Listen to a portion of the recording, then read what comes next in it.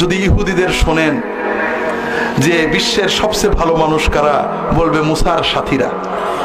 খ্রিস্টানদের শোনেন সবচেয়ে ভালো মানুষ কারা, বলবে ঈসার সাথীরা আলাইহিমুসসালাম। আর যদি শিয়াদেরকে প্রশ্ন করেন দুনিয়ার সবচেয়ে নিকৃষ্ট খারাপ মানুষ কারা, তারা কি বলবে? মুহাম্মদ সাল্লাল্লাহু আলাইহি ওয়াসাল্লামের সাথীরা। বড় কষ্ট লাগে। সমাজে অনেক মানুষ না বুঝে নবীজির ভালোবাসার নামে, আহলে বায়াতের ভালোবাসার নামে সাহাবীদের গালি দেয়। বড় কষ্ট লাগে ভাই, বড় কষ্ট লাগে। আমরা অবশ্যই আহলে বায়াতের মহব্বত করব, তাই বলে কি নবীর সাহাবীদের গালি দেব? একজন বলছে যে মুহাম্মদ সাল্লাল্লাহু আলাইহি ওয়াসাল্লামের মৃত্যুর পরে ফাতেমার সাথে আবু বকরের গোলমাল হয়েছিল। ফাতেমা রাসূলুল্লাহ সাল্লাল্লাহু আলাইহি ওয়াসাল্লামের সম্পত্তি চেয়েছিলেন, আবু বকর দেননি। এই জন্য ফাতেমা বলছিলেন আমার মরার পরে যেন লাশ না দেখে। তাহলে বলেন এবার কার কথা শুনবো? আমি বলছি ভাই, যে আল্লাহর কোরআন সত্য হয় তাহলে তুমি মিথ্যাবাদী। আল্লাহর কোরআন সত্য হলে উভয়েই ভালো ছিলেন, আর তুমি জাল মিছে কথা বানাইছো।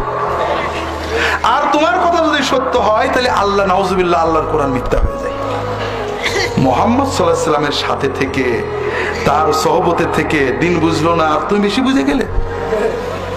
বড় কষ্ট লাগে যে কোরআন পড়ে আমি আজকে দিনের দাবি করছি, সততার দাবি করছি, নবীর প্রেম দাবি করছি, নবীর পরিবারের প্রেম দাবি করছি।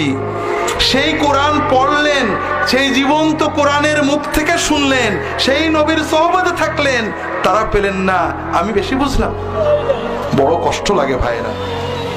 তো যাই হোক ভাইরা, আল্লাহ তাআলা আমরা আহলে বায়াতেরও মহব্বত করব, সাহাবীদের, সবাই নবীর সাথী।